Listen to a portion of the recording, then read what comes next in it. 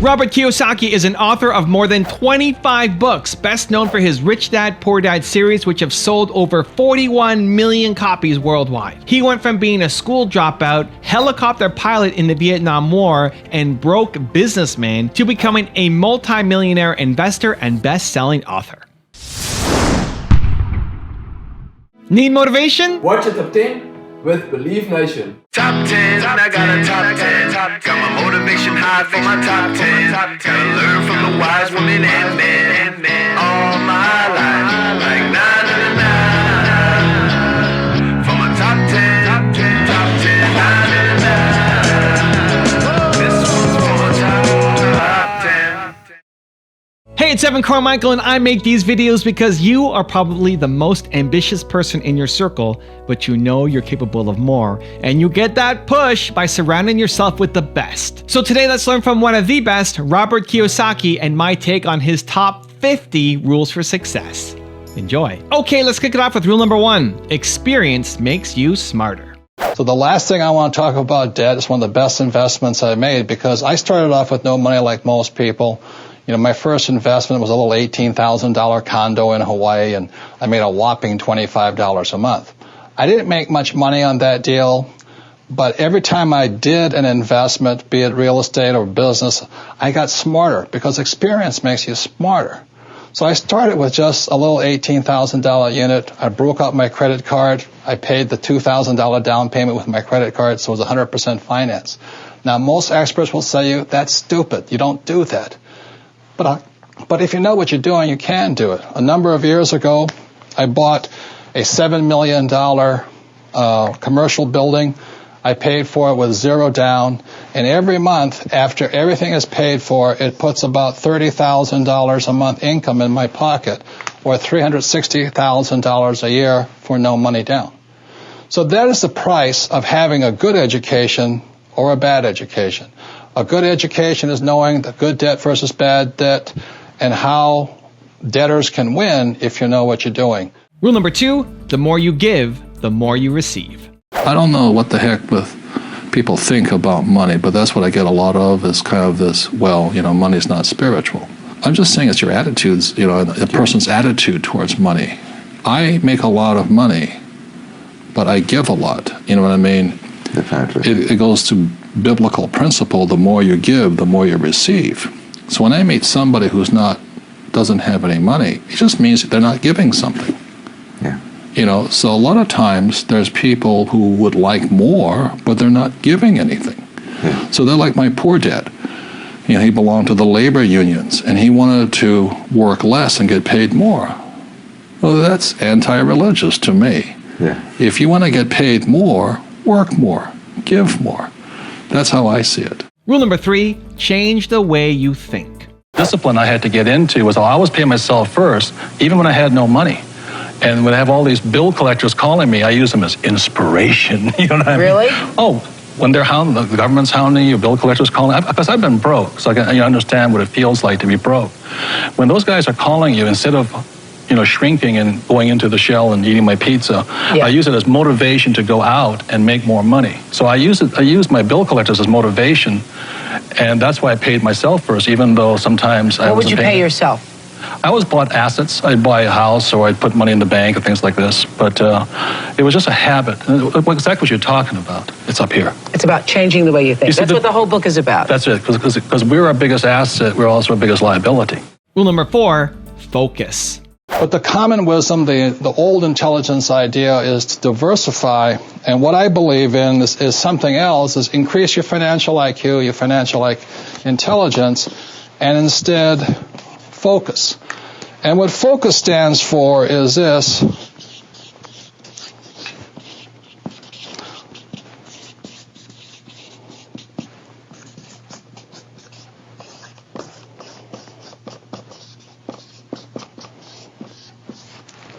focus is follow one course till you're successful. And so that's what I did in 1973. I signed up for my first real estate investment course. And I just did it and did it and did it. You know, I bought this one little $18,000 place. And I did it again, and I did it again, and I did it again until the point where I understood it. And then I went into becoming an entrepreneur. And I did it, and I did it, and did it, and I'm still learning. And I'm still learning about real estate. And the reason, in 1966, I got into oil when I went to work for the Standard Oil Company. So today, I'm still focusing. I invest in oil and oil and oil. And I don't diversify. It doesn't mean I don't lose. Sometimes I'm lose, sometimes I make mistakes and all this. But I just don't buy good as with all the bad. If you're going to be successful as an investor, diversification is good for the average investor. If that's what you want to be, have a good life. But what I'd rather do is be able to know the good ones from the bad ones, the good investments from the bad investments, the good advisors from the bad advisors, and what's good for me and what's not good for you. Because what I do is not necessarily what's going to work for you, and vice versa here.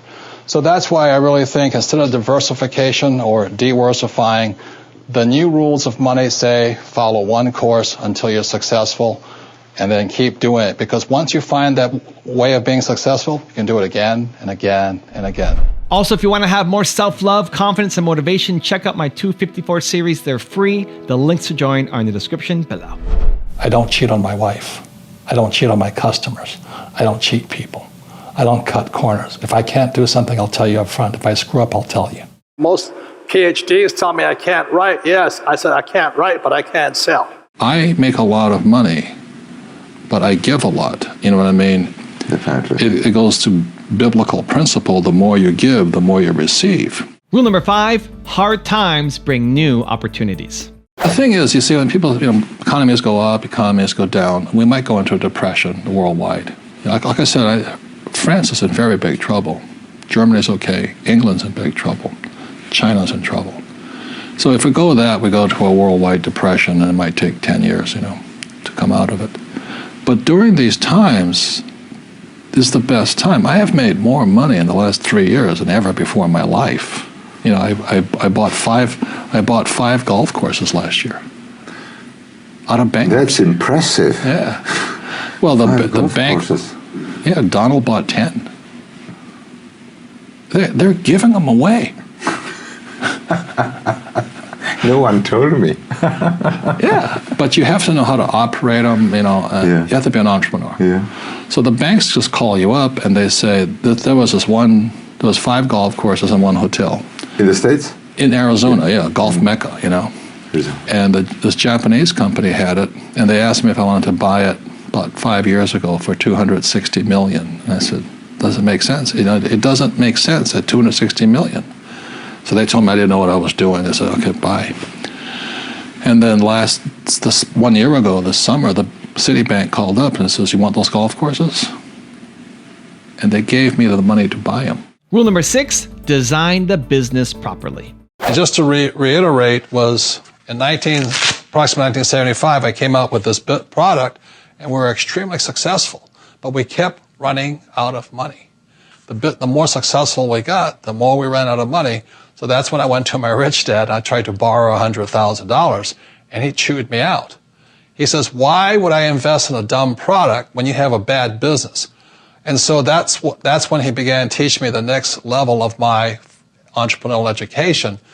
It's not about the product, it's about how to design a business that doesn't need me to keep raising the capital. In other words, how do you design a business that keeps raising money automatically?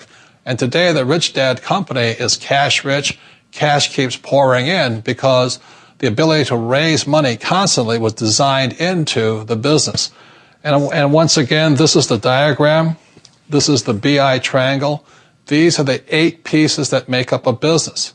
When a business is hurting, oftentimes it's because one of these 8 pieces is missing. For example, many times people have a great product, but their legal is really bad, or their communication systems are bad, or their audit, their internal order processing is bad, or the manufacturing is bad, or the marketing is bad, or they have bad cash flow management. Rule number 7, know what you're working hard for. Another part of your financial IQ is to know there's 3 types of income. So if you're going to say work hard, most people are working hard for earned income, and that's what these guys are working for. The trouble with earned income in America, your tax rate's approximately 50%. Or as Warren Buffett says, it's a shame that his secretary pays a higher percentage in taxes than he did, although he makes billions of dollars. So when you say to a child, go to school and get a safe, secure job, you tell them to work for earned income, the worst type of income. The second type of income is portfolio income. And today, as I speak, and they're trying to change this, it's about 20%. And portfolio income is generally known as capital gains. So if I buy a stock for $10 and I sell it for $50, the $40 gain is taxed at 20%. Or if I buy a house for $100,000 and I sell it for $200,000, that's a capital gains type event. So you pay a lot of tax for that. And the third type of income, which is the best type of income, excuse me, I can't spell again, is passive income. And this is income that just comes in on a regular basis. One of the reasons I am wealthy and was able to retire at a young age is because I worked hard for passive income, not earned income. I don't flip real estate generally, not portfolio income. I don't flip stocks. I want passive income. So today, the new rules of money, it's important to understand what are you going to school to become, ES, entrepreneur or investor, and what kind of income you're working hard for, earned, portfolio, or passive. And if you know what you're doing, you can pay 0% taxes legally. And this can be done all over the world. People say, we can't do it in my country. Well, these people can't do it in any country, but in most parts of the world, governments need these people. So they're always giving tax incentives for investors and business owners who are for passive income. So those are some of the new rules of money. You've really got to know what you're working hard at and what kind of work are you performing, what kind of income are you working hard for. Rule number 8, don't be afraid of losses. Well, most successful entrepreneurs have gone bust, right? Yeah. You know, Henry Ford, an old-time entrepreneur, he went bust 5 times. Okay, look at Steve Jobs. Yep. His own board fired him. Yep. You know, Bill Gates was taken before the Supreme Court for monopolistic practices. Right. Even my friend Donald Trump went down $1 billion. Yeah. I only went down $1 million. So the average person is so afraid of those losses, they never get ahead. Because at school they teach you if you make a mistake or if you fail, you're a failure. But that's not real life. A baby learns to walk by standing up and falling down, standing up and falling down. And our school system punishes you for making mistakes. That's why my poor dad, an academic, was so unsuccessful. He was terrified of making mistakes. Rule number 9, aim to acquire assets. The key to raising money, this is Ken McElroy's company, it's called MC Companies. Ken McElroy's business is in the business of acquiring assets. That's why his company gets richer and richer and richer. Every year he adds probably 1,000 new apartment units to his inventory. So Ken's company gets richer and richer because MC Company is designed to increase assets. Poorly designed businesses never have any assets. They have huge liabilities. And I trust that makes sense to you. So Ken McElroy's business gets stronger and stronger and stronger because every year he's increasing more assets. The Rich Dad Company gets stronger and stronger and stronger because every year we add more assets. This year we're adding franchising to our mix. We're also, Rich Brother, Rich Sister, the book has come out. We come out with the real book of real estate, et cetera, et cetera. And every one of those products every year continues to send money into our product. So that's an idea of a well-designed business. If you have a well-designed business, I don't care if it's for real estate or making cash flow board games. If it's well-designed, investors will give money to you because this is a well-designed business. I think the big mistake is I hear so many people say it's important to save. That's ridiculous. And the reason that's ridiculous is because what happened in 1971 is crucial. In 1971, the U.S. dollar stopped being money. In 1971, the U.S. dollar became a currency. And what that meant is Richard Nixon, in 1971, the president, took us off the gold standard. That's like giving an alcoholic free rein to the bar, or it's like giving somebody who can't control their spending unlimited credit cards. So what's happening is all the savers today are losers. The problem with 1971 is that the federal government keeps printing money, so the value of your money keeps going down. So these people, I'm saving, and if you notice, as the value of the dollar goes down, prices go up. So they call this inflation. You look at in 1997, oil was about, I think, $10 a barrel. 10 years later, it's about 135 a barrel. So they say it's inflation, but really what it is the dollar's value coming down. So savers are getting wiped out today. So just keep saying to yourself and to your kids to save money. That is not the new rule. That's an old rule.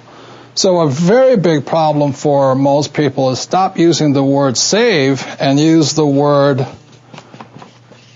hedge. You've got to hedge your money, hedge against losses. Like when I buy a stock, I put a hedge in. I put a stop loss or a put inside of it or a call, whatever I'm doing. I want to stop it. So today, I don't save money. I'm hedging. So in 1997, I started investing in oil, gold, and silver. So as the dollar dropped, oil, gold, and silver went up. So I'm not betting so much on oil, gold, and silver. I'm betting against the U.S. dollar. And that's why this idea that you're going to tell people you need to save money, that's really, really an obsolete idea, because the idea went obsolete in 1971. The U.S. dollar in the last few years has lost almost 80% of its purchasing power. And the prediction is, because this has happened throughout history, it happened thousands of years ago with the Romans, with the Greeks, with the Germans, with the English, the Japanese, and the Chinese. Every time they've made money into a currency, something you could print at unlimited, every time that has happened, the currency has gone to its true value, which is zero. So I am afraid as this economic volatility continues, the savers who were operating by the old rules of money are just going to get wiped out because the purchasing power of their dollar is going to go down. So even if the bank's paying you 5 to 10% interest, you can't keep up with the banks printing money. So that's the old rule of money, is saving money, and the new rule is hedge. You've got to be able to see what's coming up as something else is coming down. Rule number 11, always be a student. You wake up tomorrow morning and you're on the street and you have nothing. You don't have a single contact in your network. All you have is the knowledge and experience that you've had throughout your career. How do you build up from there? Well, I've been there many times. So it's no big deal. You just figure out what's needed and wanted and you go do it. People always kind of dump on, fast food industry. If I had to do it again, I'd go work for McDonald's. And the reason I go work for McDonald's, whether it's $7 an hour or 15, I don't really care. I don't really like McDonald's food, but they have the best business systems in the world. How else can a company take virtually non-college educated people and build a fast food industry across the world? And they have the best system. So right inside little McDonald's, you can learn everything you need to learn about business except for the management side of it. So I just go work at McDonald's so I can learn even more. So I look at life as learning. I'm constantly learning. I'm reading constantly, studying constantly. I spend most of my time with entrepreneurs. I don't spend my time with people who complain about the economy, So nothing will really change. I just go back to being an entrepreneur. Rule number 12, have an entrepreneurial mindset. Entrepreneurs have one thing in common. They keep going. They'll change the rules. They'll reinvent the rules. They don't just take one answer. So a real entrepreneur, it really makes no difference which country you're in. That's my belief. I love that. It's just a mindset. It's F you. You mess with me, I'll find a way around it. I have a friend, he's multi-family rich guy from France. And, France is as communistic as it gets. 75% top line for $1 million earners. Yeah, but that's why he lives here. So he started buying vineyards in Napa and Sonoma. So he went back to the French government and says, it's his wine. He says, I want to ship my wine in bulk to California. And the government says, you can't do that. So this what? Is the French government saying you can't ship. Yeah, and here's a guy. I think he's 5 generations, French wine guy. This guy is an entrepreneur. He says, okay, I can't ship him in barrels. The guy goes, yeah. He says, okay, I'll ship him in bottles. So he bottled all of his stuff. It cost him more money, but he still figured out how to do it. Do you know what I mean? And now he has his wine with his California wine and all this. And so he went back to the French government and said, here, try this. See if it's not better. And so now they're all confused because he didn't break any rules. So I'll say it again. Entrepreneur is a mindset first, a skill set, and rules. And depending upon whether you're an employee or a small business, the rules are different. The mindsets are different. The skill sets are different. Rule number 13, learn how to sell. I am very shy. Very, very shy. I came back from Vietnam and I could kill people, but I couldn't talk to people. And one day I said to when I decided to follow my rich dad's footsteps, I just said to him, I want to be an entrepreneur. He says, you got one problem. I said, what's that? I said, you're shy. I said, what's wrong with being shy? He says, you got to sell. You got to handle rejection. Number 1 skill. Can you handle rejection? Answer is no, I couldn't handle it. So I said, I was told I want to learn how to sell. So this was in 1973, I was 25 years old. And my rich dad said, how's your love life? I said, it sucks. He said, you getting laid? I said, no. He says, because you can't sell. Guys got it?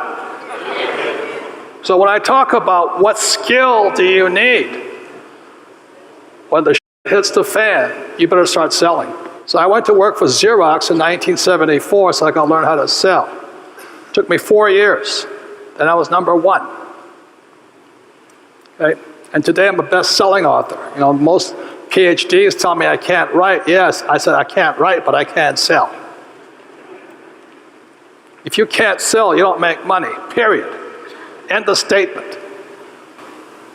Just because you have a product doesn't mean jack shit. But the important thing is you start. I don't care what product you start with, but you start. I started off with nylon wallets.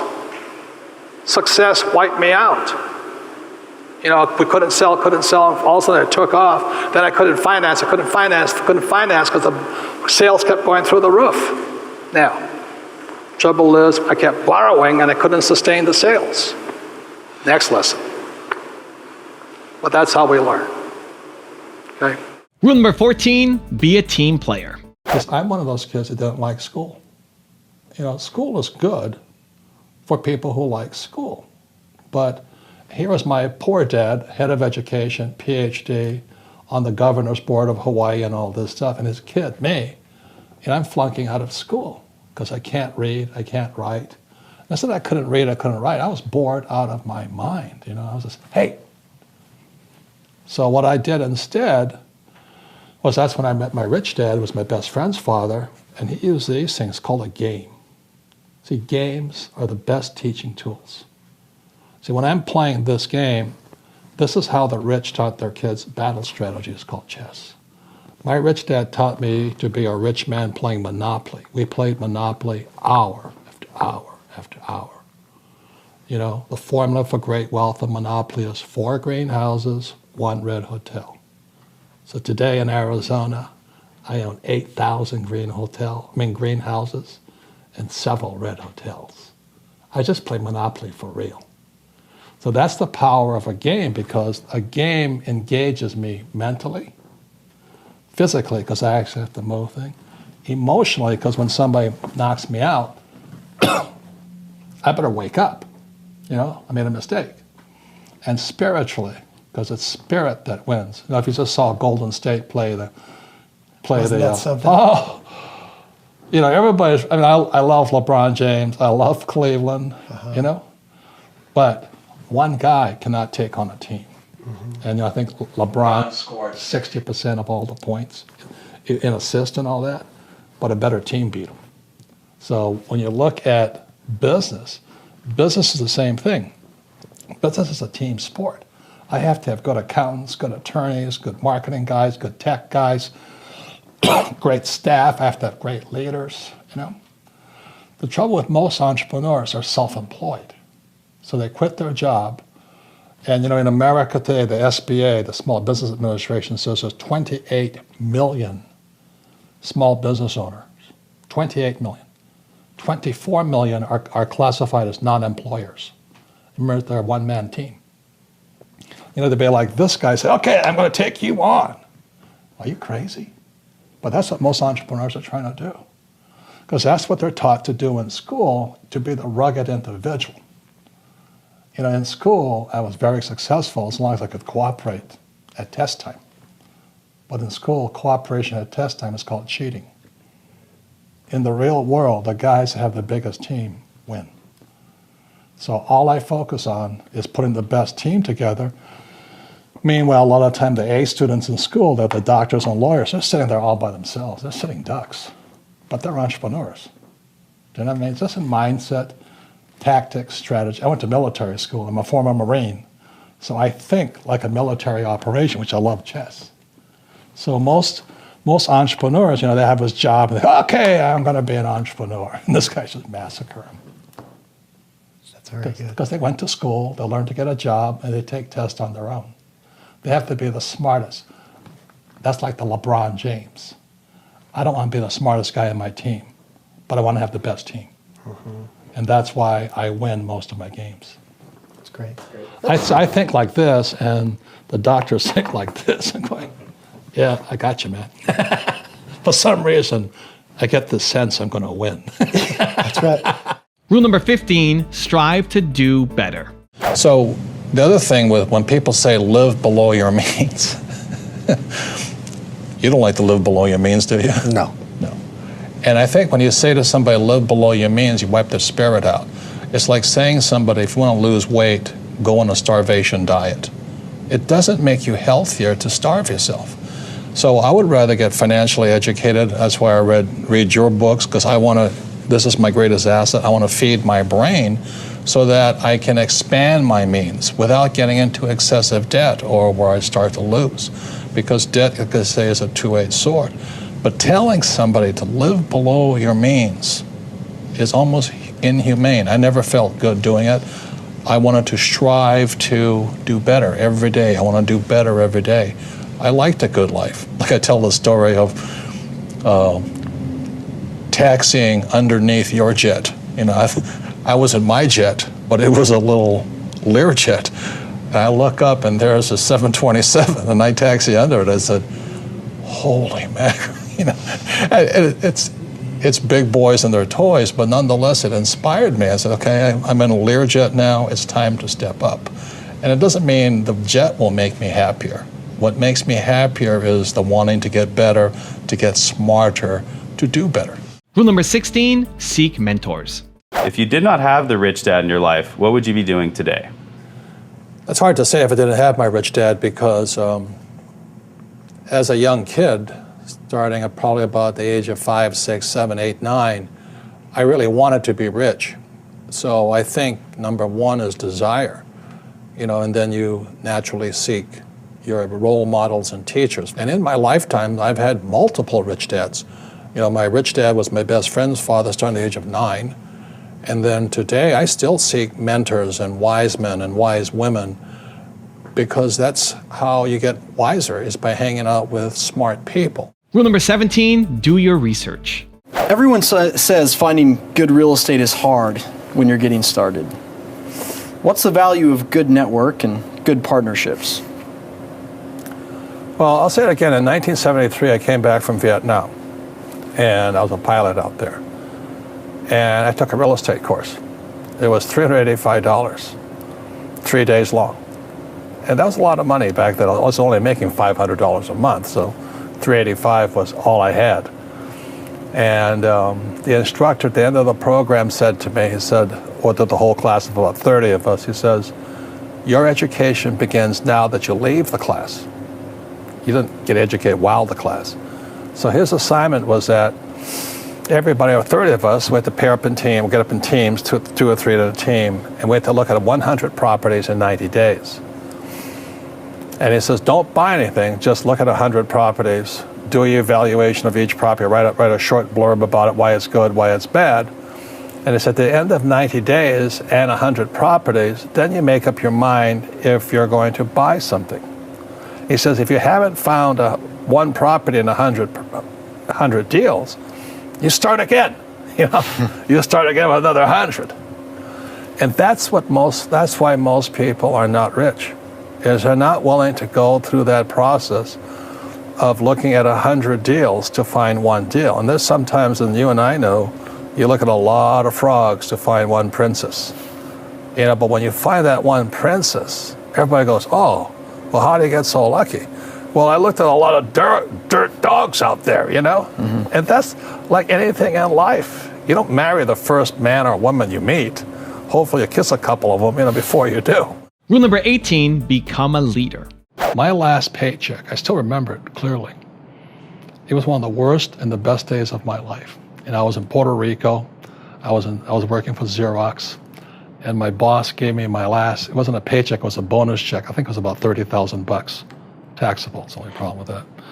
So I got this check and I went, holy mackerel. You know what I mean? So I was excited, but I was also disturbed. And so this other guy comes up to me, his name was John. And John says to me, he says, you're going to be back. I said, why? He says, because you're going to fail. I looked at him and said, look, few expletive words, because that's what he did. He left Xerox, failed, and he came back. And I said, look, you failed and you came back, but I'm going to fail and I'm never coming back. And that's the attitude. Do you know what I mean? If you say, well, if I fail, I'll go back to mommy and daddy, then that's what you'll do. So if you fail, that's when I became an entrepreneur, because I had no money. I had no money for years. I didn't have a paycheck. But that's what my rich dad encouraged me to do. He says, when you don't have this paycheck, you get hungrier, smarter, and it's a test of your character. Will you become a crook? Will you become dishonest? Will you cheat and steal? Or will you become a better human being? So really, that's the benefit of becoming an entrepreneur, is you really find out who you are when you don't have anything. If you're an entrepreneur and you're going to be a big entrepreneur, leadership skills and communication skills are more important than a law degree. So now I have another book that just came out. It's called The 8 Lessons in Military Leadership. In the military, I went to military academy and all that. From day one, you're learning leadership. Day one at the academy, I have to stand in front of 20, 18-year-old kids and go, section 10, hut. And naturally, they're going to say, screw you, So that's when you learn to be a leader. Now, as you said to me when we first met, the trouble with the military, you got a little rough. So I had a hard time when I came back from Vietnam, and I went to work for Xerox, and people didn't like the idea of calling them an asshole and a fuckhead, stuff like that. Every other word is a curse word in the military. Yeah, it's just an adjective. Hey, fuckhead, do this. But they don't. I'm going to call my HR person. I better make some changes here. You know what I'm talking about? Of course I know. You can't talk straight in corporate America. In the military, you can. You have to. Yeah, you have and they love it. Yeah.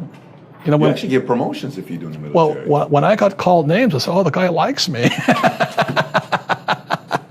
So that's why for all you guys who are military veterans, you have probably the number one skill to be an entrepreneur, which is leadership, the ability to listen, to not take it personally, and still get the job done. It is the best training in the world. The saddest thing about leaving the military was leaving the guys behind there. They were some of the best in the world. And they weren't all college graduates. They were just my gunners, my mechanics, all this stuff. Camaraderie is priceless. Oh, Jesus, priceless. Camaraderie is priceless. And so all I did when I started the Rich Dad Company was to have that same sense of teamwork inside Rich Dad. That's why there's no ranks and all this stuff in this company. Everybody gets to say what they want to say. People are free to do what they want. I stay out of their way. and we get the job done. Rule number 19, have a Midas touch. So the Midas touch is 5 things you must remember. Number 1 is the thumb, which is strength of character. You fail, stand up, don't lie, don't cheat, don't just stand up, own it, keep going on. Strength. This is focus, the index finger. This is where I'm going. And I talk about how I went to flight school, preparing to fly in Vietnam. People are shooting at you, you still got to stay focused on your target, even if you get killed in the process. This one everybody knows. This is what you stand for, So Donald stands for the absolute wealth. And what I stand for is very simple: financial education. Keep it simple, teach people to manage their money. So I stand for that, and I don't ever get off that track. The ring finger is for relationships. If somebody is struggling financially, be it a company, a country, or marriage, it's because you have a bad relationship. And the thing that Donald and I always say is that you can't do a good deal with a bad partner. And God knows I've had some bad partners. And they're just incompetent, but they want to pretend they're smart. And then the little one is a little finger. Every entrepreneur must do something that nobody else does. For example, in the United States, Walmart, their whole system of business is designed to give you the lowest price possible. Everything. Whereas a little mom and pop store, they'll say, well, we put things on sale. That's not the same thing. FedEx says overnight. That was their whole thing. They built the whole company around that little promise. Domino's Pizza in America was pizza in less than 30 minutes. So the entire business was built around one simple little promise. And those are the things that make entrepreneurs extremely rich or extremely poor if they don't have those 5. Rule number 20, don't quit. Is there a time to bail out on a project, though? I mean, when... I don't. That's not in my vocabulary. Yeah. Look, I have an unfair advantage, I went to war.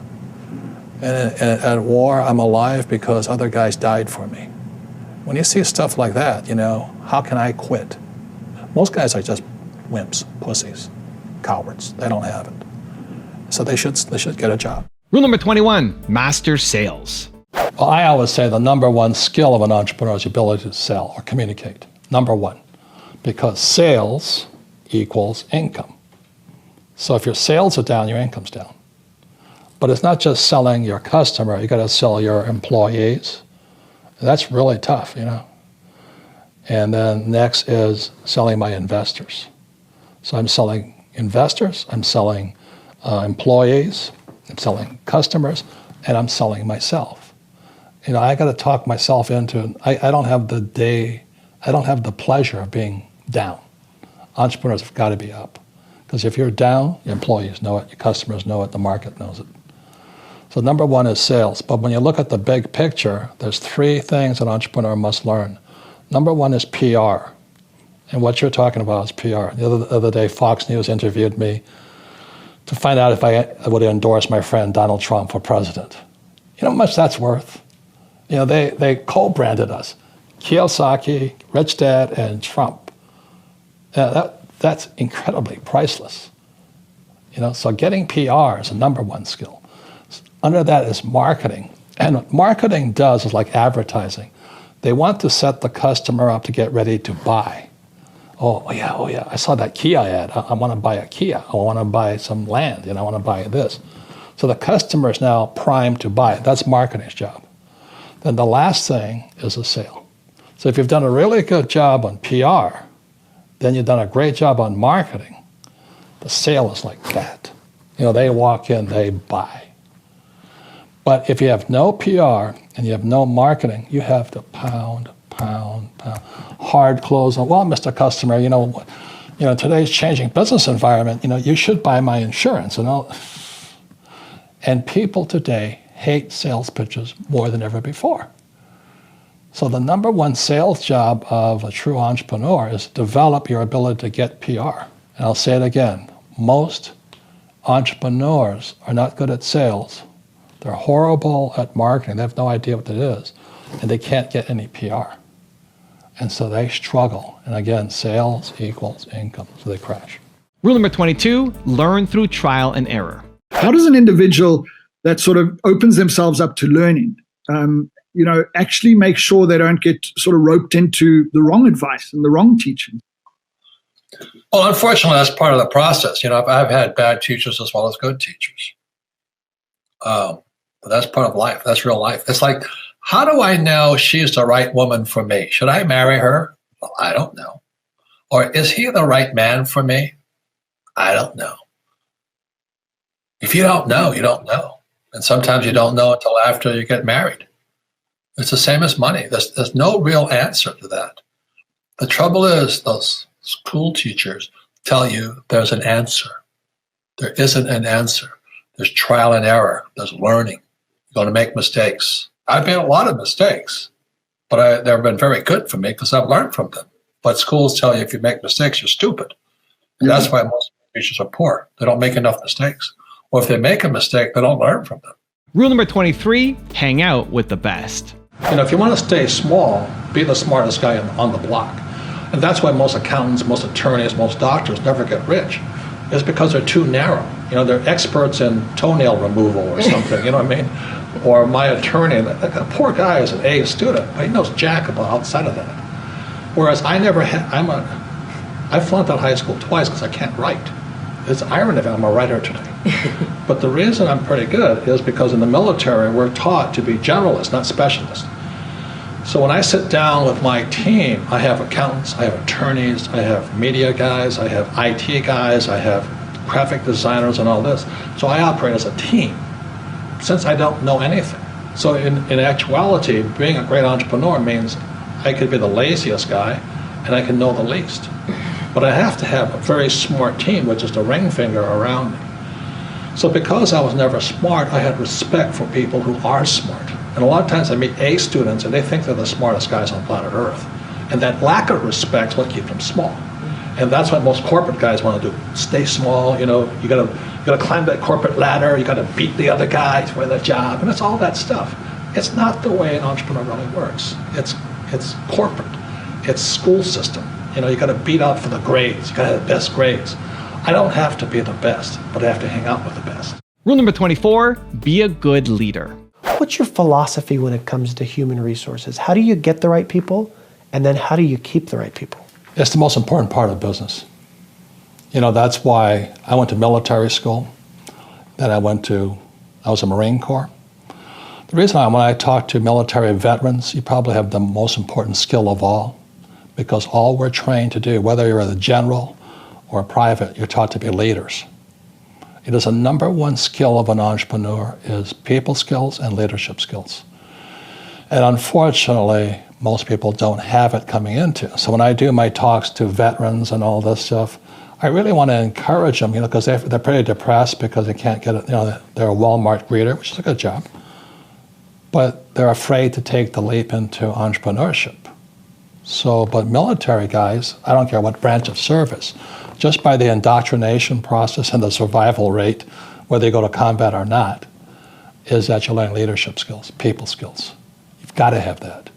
Whether you're a team of one, you still have to deal with your customers, and the good customers, bad customers, lawsuits, taxes, government regulations, and all this. They're all people skills.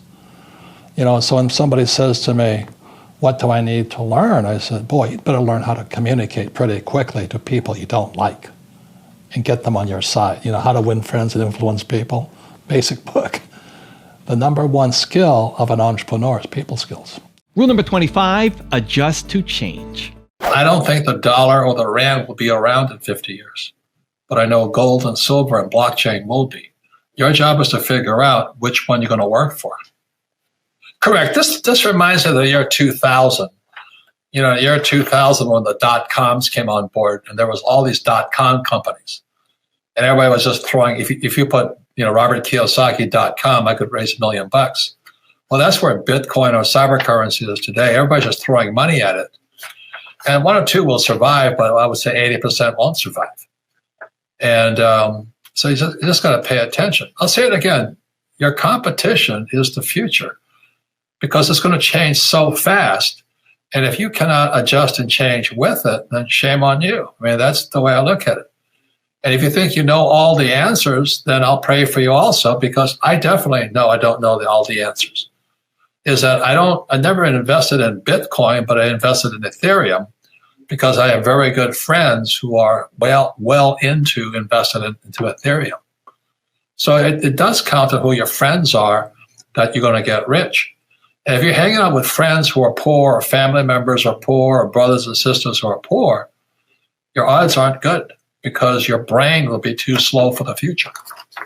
And what I'm trying to say also, if you're poor today and you find out about a trend coming up, you'll be rich tomorrow. But if you're poor today and you don't learn anything new, you're still poor tomorrow. So if you don't change your friends and your attitude and your mindset, then when the changes come, you don't change with them. Rule number 26, trust your intuition. What's what Bucky Fuller said? You must trust your intuition.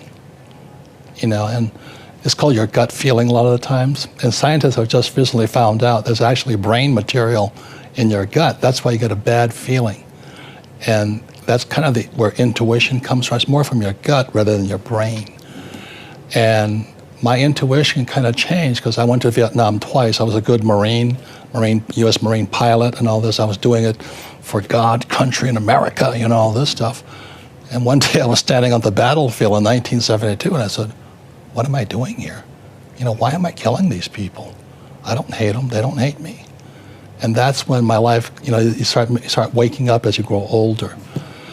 So I learned to trust my intuition and say what I had to say. Like this book is about the future also. Fuller was a futurist.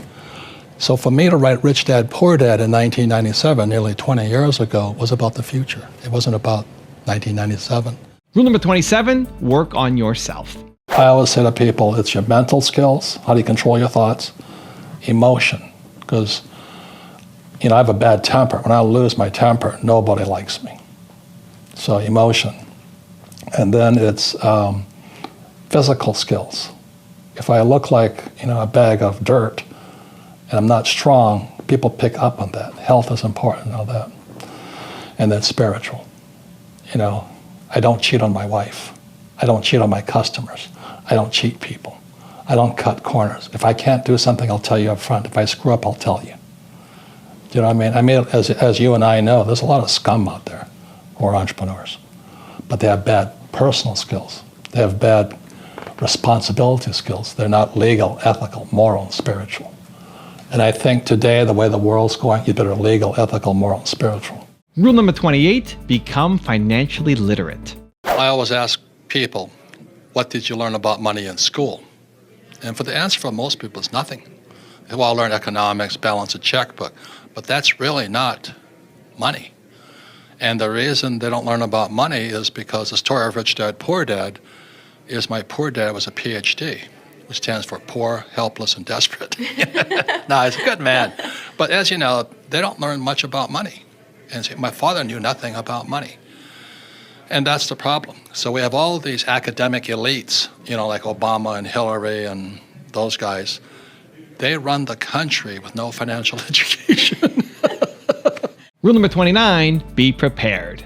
Is your advice to other entrepreneurs to be searching for a big break? And if so, what's your advice on how for them to position themselves in the best way to increase the chances to get a big break? Well, again, I say to MIDAS, you got to have 5 things going for you. And when you're prepared, it happens. But if you're not prepared, it doesn't happen. For example, I was out here in Aussie when Oprah called. I didn't start preparing when she called. I was prepared when she called. And my wife calls up and says, hey, Oprah called. I go, so what? She says, well, she wants you on the program. I go, so what? Because, real men don't watch Oprah. Popes watch Oprah, not me. I don't watch Oprah. I didn't know who she was. So my wife says, get your butt home now. So I fly all the way from the bush, way inland from Brisbane, to Phoenix, to Chicago, and I'm sitting on Oprah. It's too late to practice. But I have done so many PR stunts, stuff like this here. I've practiced. And so when the lights went on, I went, oh my God, this is it. It's too late to practice. And I learned that in the military as a pilot in Vietnam. I don't say, well, I should have studied a little harder before I got to Vietnam. You got to practice. Because when that little Viet Cong was shooting at me, there's only one guy going home that day, him or me. And that is too late to practice. And what happens for most entrepreneurs is they don't have the skills. They don't practice enough. There's a very good book called Outliers, The Story of Success. I think it's the best book for entrepreneurs because it talks how the Beatles became the Beatles.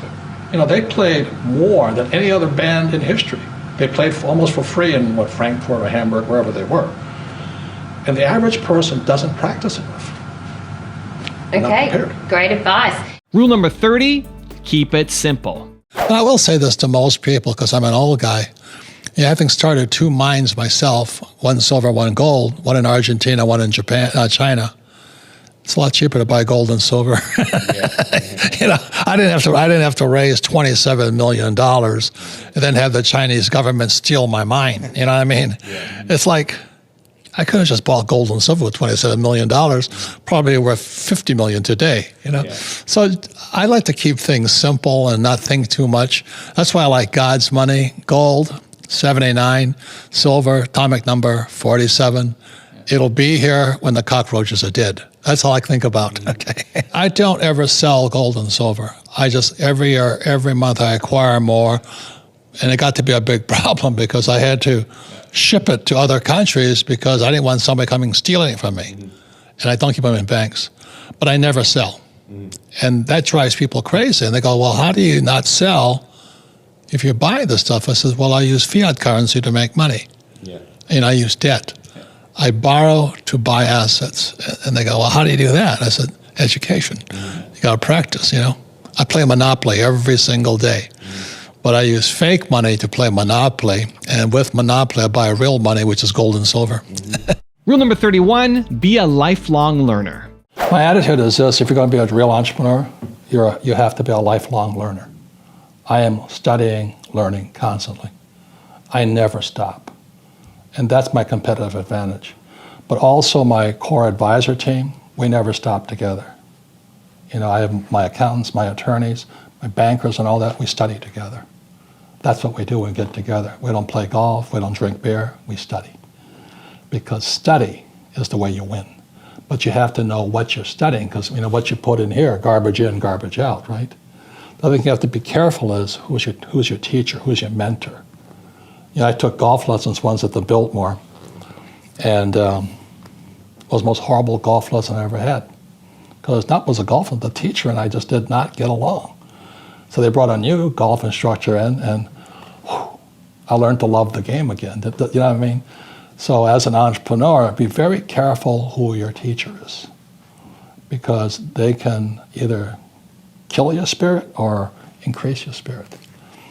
A good teacher will inspire you to learn more. A bad teacher will tell you you're stupid and you should study more. Rule number 32, question everything. I think most of your viewers out there sitting inside their head are the words from their mother and father. Go to school, get a job, pay taxes, save money, buy a house because it's an asset, get out of debt, and invest in the stock market. That creates poor people. It's a hypnosis train going through your brain. So when people say, "How do I change my life?" Well, you change those words. I wouldn't go to school because you learn nothing about money in school. I wouldn't get a job because if I have a job, I'm an employee. And then I'd pay taxes. And I don't pay taxes. And I don't save money. And I use debt to get rich. And I don't invest in the stock market. That's why I'm rich. And so the young people who are listening right now are saying, "But that's what my mom and dad said." But that's what mom and dad say all over the world. So to the young people, I just say challenge or question what you've been taught.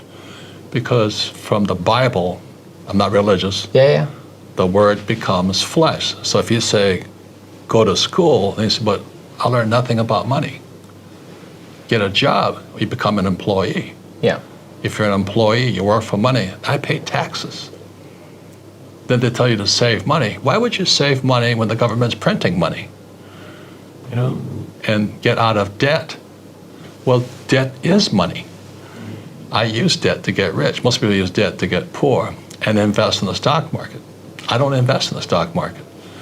So when you wonder why so many people struggle financially, is they haven't challenged the hypnosis, the words, go to school, get a job, work hard, save money, pay taxes.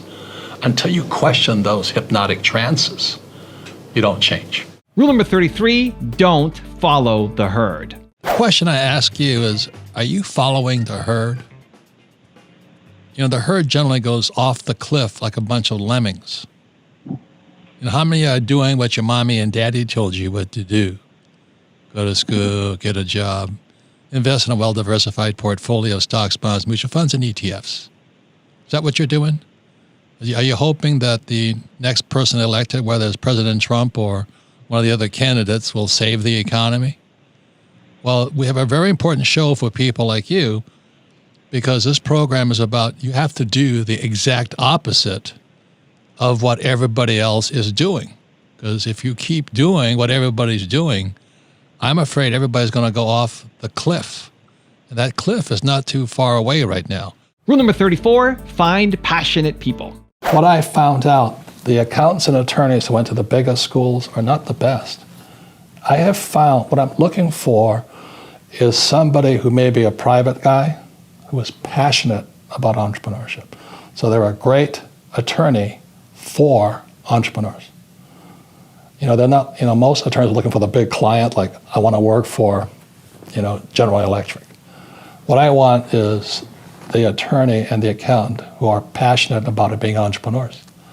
So my guys right here in Phoenix are entrepreneurs, and my accountants are entrepreneurs. Every time I hired the big name corporate and law accounting firms, I have been grossly overpaid and underserved because they're so used to doing bigger things, they don't have time for a little guy like me. It's the same with bankers. I'm looking for a banker who loves being an entrepreneur. You know, you got to have this partnership with the banker. You know, I dump on the financial services industry a lot, and they deserve to be dumped on, but you got to have one on your team, you know? So my banker is the love of my life because that's where I get my money from. Rule number 35, learn how to cooperate. The biggest thing for most young people is that our schools teach us to be ICs, independent contractors. Okay. Or self-employed, or even if you're an employee, you're still an independent contractor who has a job. And you do it by yourself. You know, I think much of the young world is in the selfie world. You know, look at me, look at me, look at me. Whereas in my world, it's a team sport. I'm a rugby player. I go on the field with a team, toughest, meanest guys I know. And so you could be the A student from Princeton, but I go on this field with 15 tough men, kick your ass. And so the average guy is coming out there, you know, like, oh, I got an A, I went to Princeton, I went to Harvard, and the corporate America comes out and they go, boom. So that's why when I talk to young people, I say, look, it's a team sport. So the first person I have is a bookkeeper. Bookkeeper is the lowest paid person on my team, but the most important. Right. The bookkeeper then keeps the accurate records that my accountant can use, and my attorney can use, and my banker can use. That's the combination there. And my banker, my attorney, and my accountant must work together as a team. Most people, their bankers, accountants, and attorneys don't work together as teams because in school we're taught to take our tests on our own. If you ask for help, you're cheating. In my world, it's called cooperation. And what I found with most smart people, they don't know how to cooperate. They don't know how to ask for help because in their brains, that's cheating. It means you're stupid. It means you're weak. It means you're stupid. Rule number 36, plan your retirement. One of the things I stress here at Rich Dad, which I didn't do for much of the time, was because once Kim and I had enough money, the question is, what do you do next? And if Kim and I had continued to work for money, I think I would have died. So when Kim retired, she was 37 and I was 47. But just as we said on this with Vante, it's one of your primary objectives, especially today, is when do you plan to retire? Because, you know, the idea of having a job and waiting for your 401k or your stock market to save you, I think you're going to be sadly disappointed, because what I'm foreseeing is a massive crash coming. It's going to wipe out a lot of people. And I'm coming out with a new book called Who Stole My Pension? And all these guys who think their pension is safe, I think Wall Street has other ideas on their pension here. So when I say to young people like you guys, I said, plan your retirement the day you start working. When do you escape from the rat race? That's the cash flow game there. Rule number 37, get away from the checkbook. As we know, there's fewer and fewer jobs. American corporations say they're hiring, but they're not hiring in America, they're hiring overseas. But more than that is that the reason I endorse network marketing is most people are addicted to the paycheck. And the paycheck is one of the most sinister plots ever pulled upon a human being.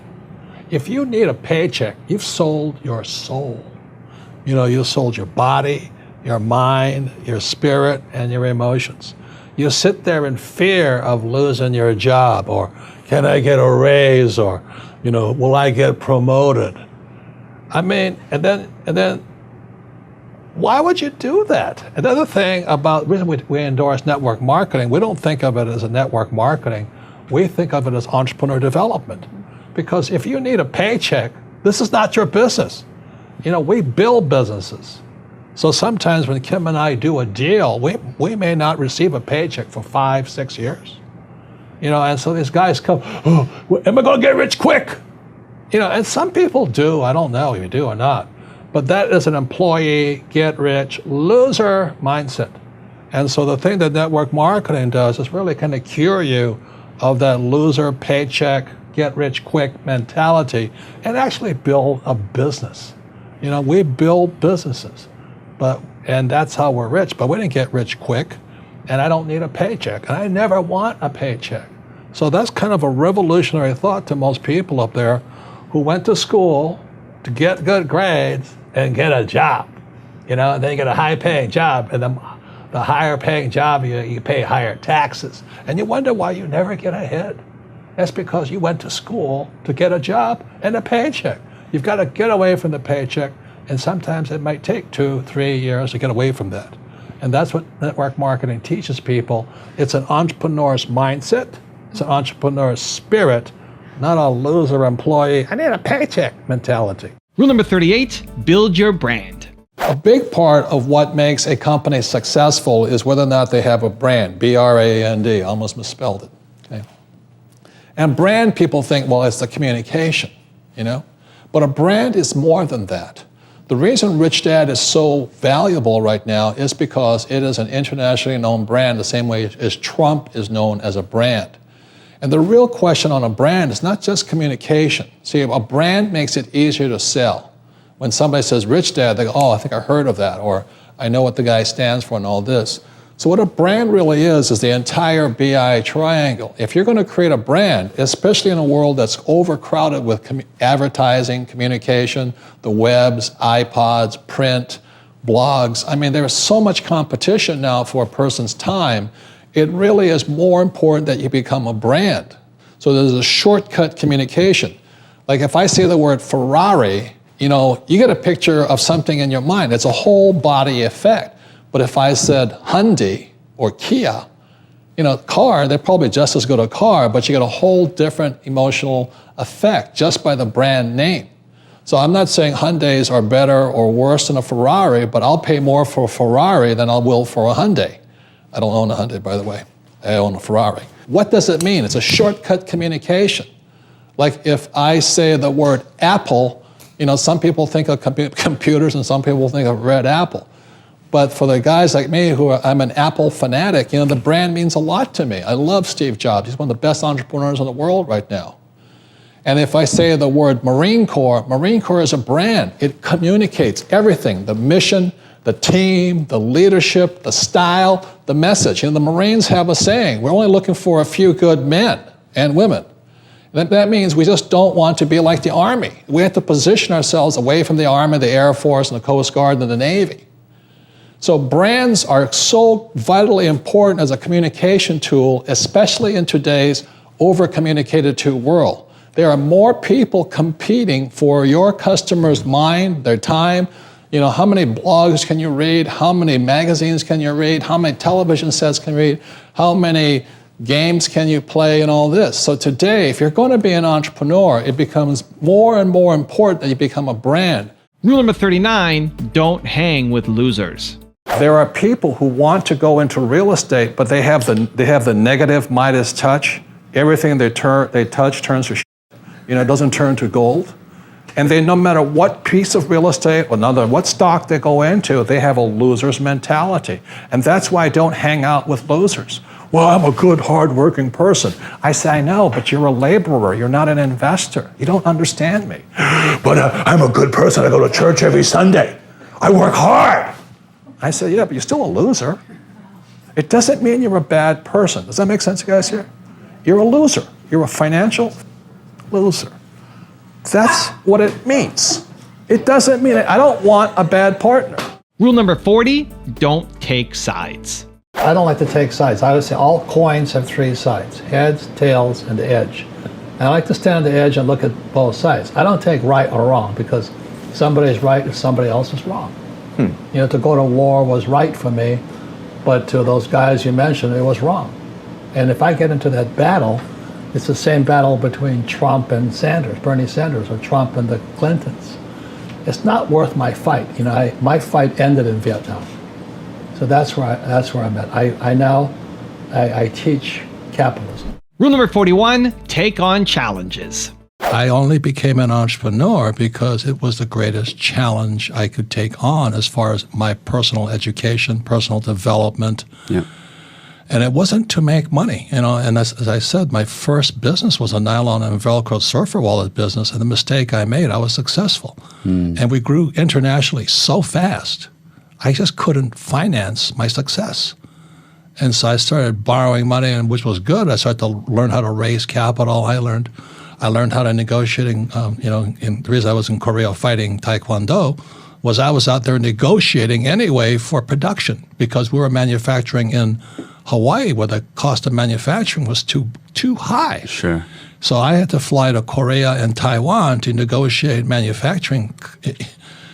I tell you, man, you're not stupid until you're negotiating against Koreans and Taiwanese, man. Those guys had me coming and going up one side and down the other. But that's what I did it for. Yeah. Do you know what I mean? Is to learn. And to learn to finance, learn how to factor, you know, how to ship and then factor my inventory and all this stuff. And I learned so much as I was going broke, successfully going broke. And so when I explain to young people, that's what I did it for. That's how you get smarter. But in this academic culture, you know, we're just talking about Jordan Peterson, how he rails up against academics. Well, the academic culture, the person who makes the most mistakes is a stupid person. But an entrepreneur, the person that makes the most mistakes and learns from them is the rich person. So I always say to young entrepreneurs, it's not money will never make you rich. You know, it's your experience, how much you learn, the mistakes you make, the people you make. And all of those horrible experiences are all good experiences if you learn from them. Sure. And that's the attitudinal difference of an entrepreneur. Most guys are small business guys, they're not entrepreneurs. You know, they open a pizza shop to make money and they get stuck in that pizza shop forever. You know, well, that's not me. And the subject of entrepreneur is a massive subject. So you got a drug dealer peddling drugs is also an entrepreneur, as is Jeff Bezos running the biggest product pushing company in the whole world. They're both entrepreneurs. But the gap between the drug dealer and Bezos, massive. So when I speak to young people, I say, what kind of entrepreneur do you want to be? And if you're just here to make money, you can do that, but it's not exciting. Rule number 42, understand how money works. I'm trying to explain to you, when they tell you get out of debt, that's stupid because the money is debt. And the only way money gets out of debt is via taxes. So all the people who work for money, you read Rich Dad, Poor Dad, what's lesson number 1? Rich people don't work for money. Correct. Money is debt. I use debt as money. And everybody thinks getting in debt is bad. Well, who told you that? I think the stock market is for losers. Why would you put money in the stock market when it's manipulated? That's what I think about. So I'm always watching the manipulation going on behind the scenes. That's what my brain is focusing on all the time. And I don't pay taxes. question is, how is it I don't pay taxes? And I can tell you. That's an important question, because most Romanians and most people in the United States cheat on their taxes because they hate taxes so much. But you don't have to cheat on taxes if you understood how money was working. You think Donald Trump pays taxes? No. Nobody has seen his tax returns. Yeah, I know him. He's my friend. We don't pay taxes. That's the question. How is it we do that? That's an intelligent question. The reason you can't ask me this question because you don't know how I do it. That's what I'm thinking about. I'm constantly thinking about, how do I make money? How do I serve more people? How do I create new businesses, make more money, and pay less taxes and serve more people? Rule number 43, be tough as nails. Well, that's why I keep saying to the millennials, they're a pack of wimps.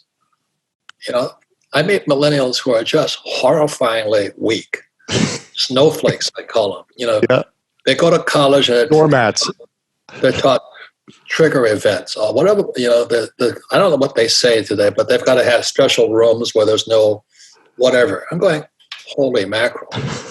Welcome to the real world, And there's other millennials who are as tough as nails. I mean, this is the biggest opportunity they've ever had. Huge. So it just depends upon what's between this ear and this ear, what's in your heart. Rule number 44, work on yourself. I read constantly. Right now, the book I'm reading is a personal development book. It's called Happiness Morning. That's number one. And the second book is called The Miracle Morning and Happiness Advantage. One's written by a Harvard teacher, The Happiness Advantage, fantastic book. And the other book is Miracle Morning, written by an entrepreneur. And they say the same things, but in different ways. So I read both of them 3 times because they're so powerful. But I'm working on me. You see, the economy out there is just the economy. If you think it's a bad economy, it's because your bad economy is here. If you think it's, those jobs are tough, that's because that's you in here. And as any entrepreneur knows, it's always a good economy. No matter which way it's going, I can always make some money. It's always good. It's always opportunity. So I've got to protect the spirit or the entrepreneurial mindset inside of me. So when the markets crash, I make more money. Unfortunately, for the average person without financial education, the guy who invested for the long term, for job security, their house is an asset and all that stuff, they got wiped out. That's what happened in 2007 right here. They got wiped out by the crash, and others got richer by the crash.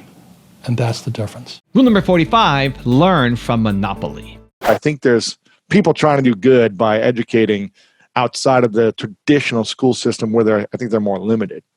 Correct. And that's why I created the cash flow board game, is because I learned about money. I learned about money playing Monopoly. Yeah. I learned more about life playing Monopoly than I did in 4 years of college. Yeah. I went to a really good school, the best schools in the world, U.S. Merchant Marine Academy.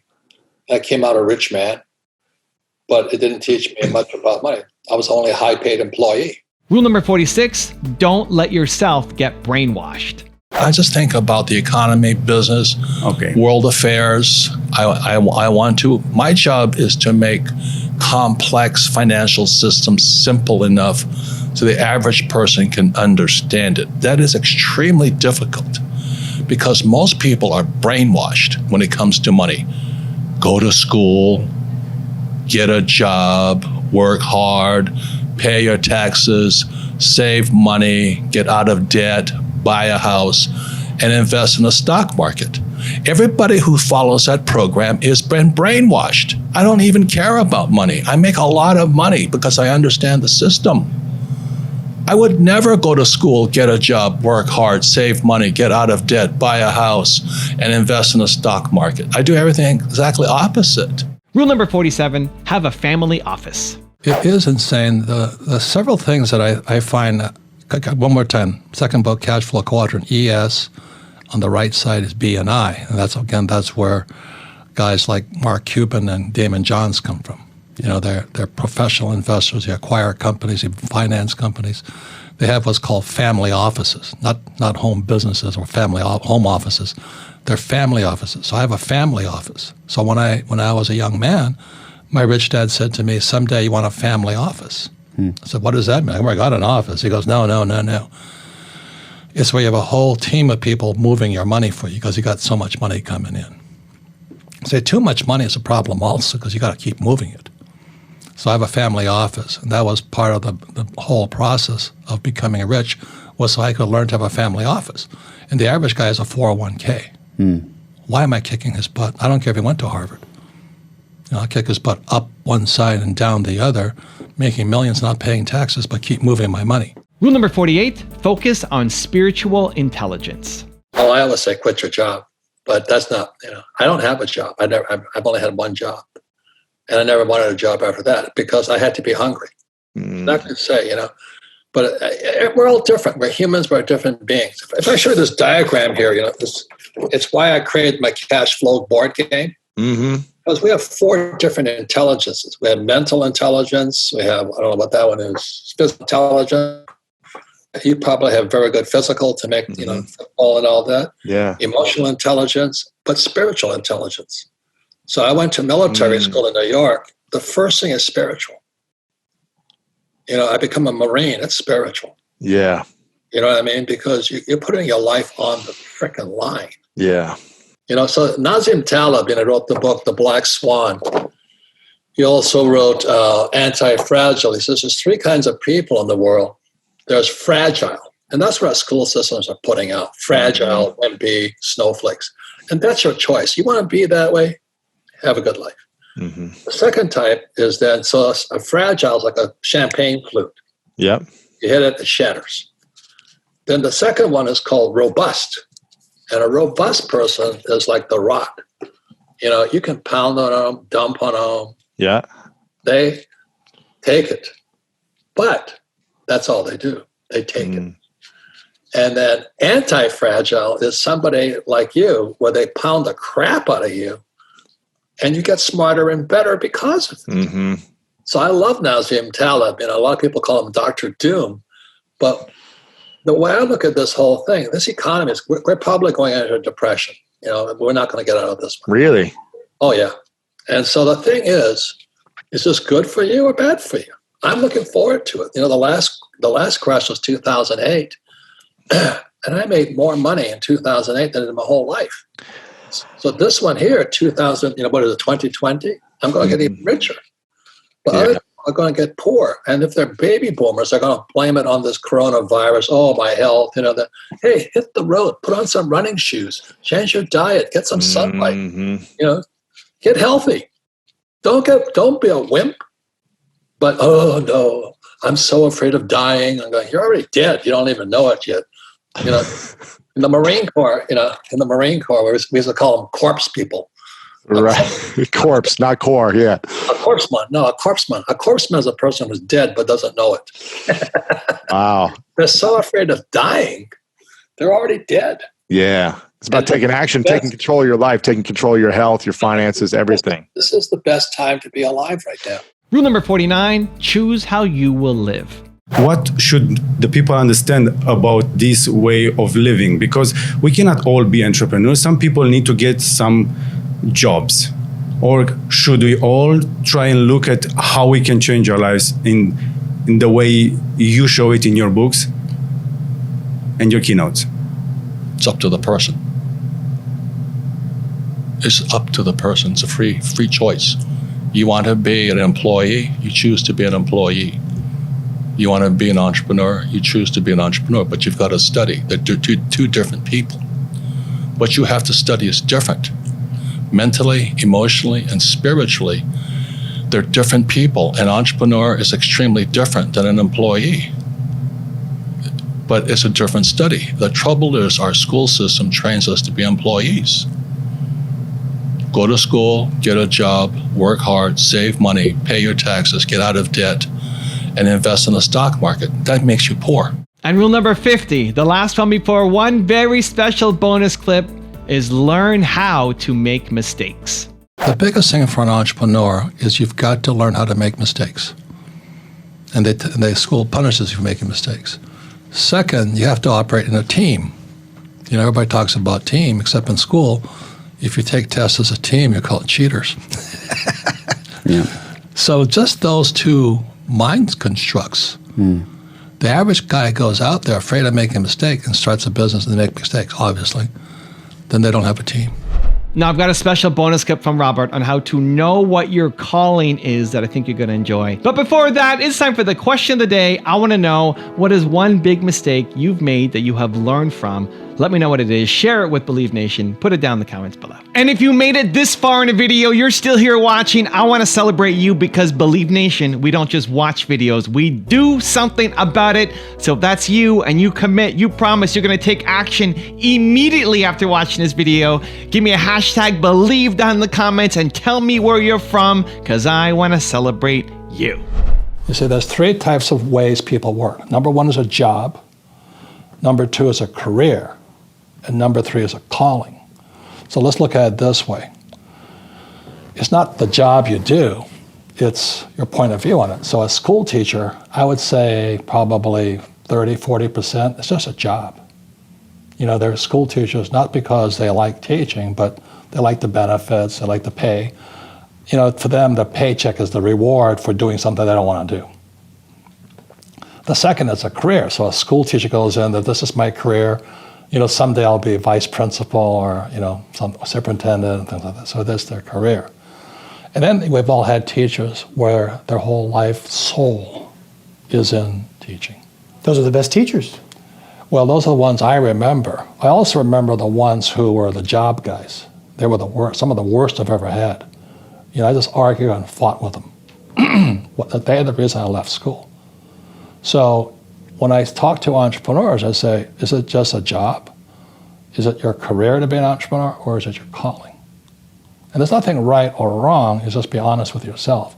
You know, right now I'm going to start a taco shop because I need to make some money. Knock yourself out, you know.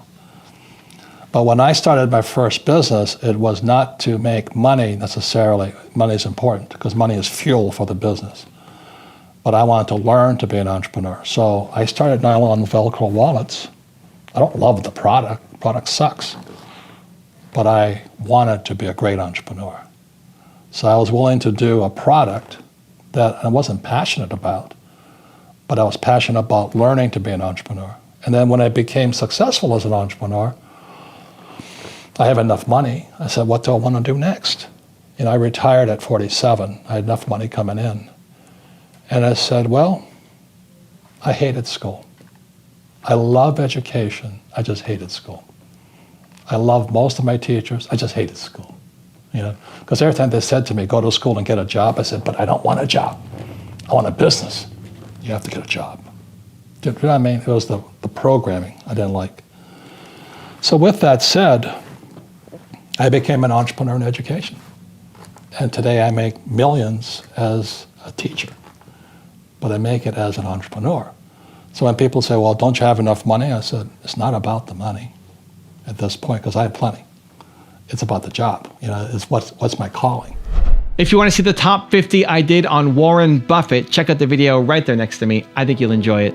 Continue to believe, and I'll see you there. I started selling stocks. I was 20 years old at the time and looked about 16 and acted about 12. So I was not the most impressive salesperson anybody ever met.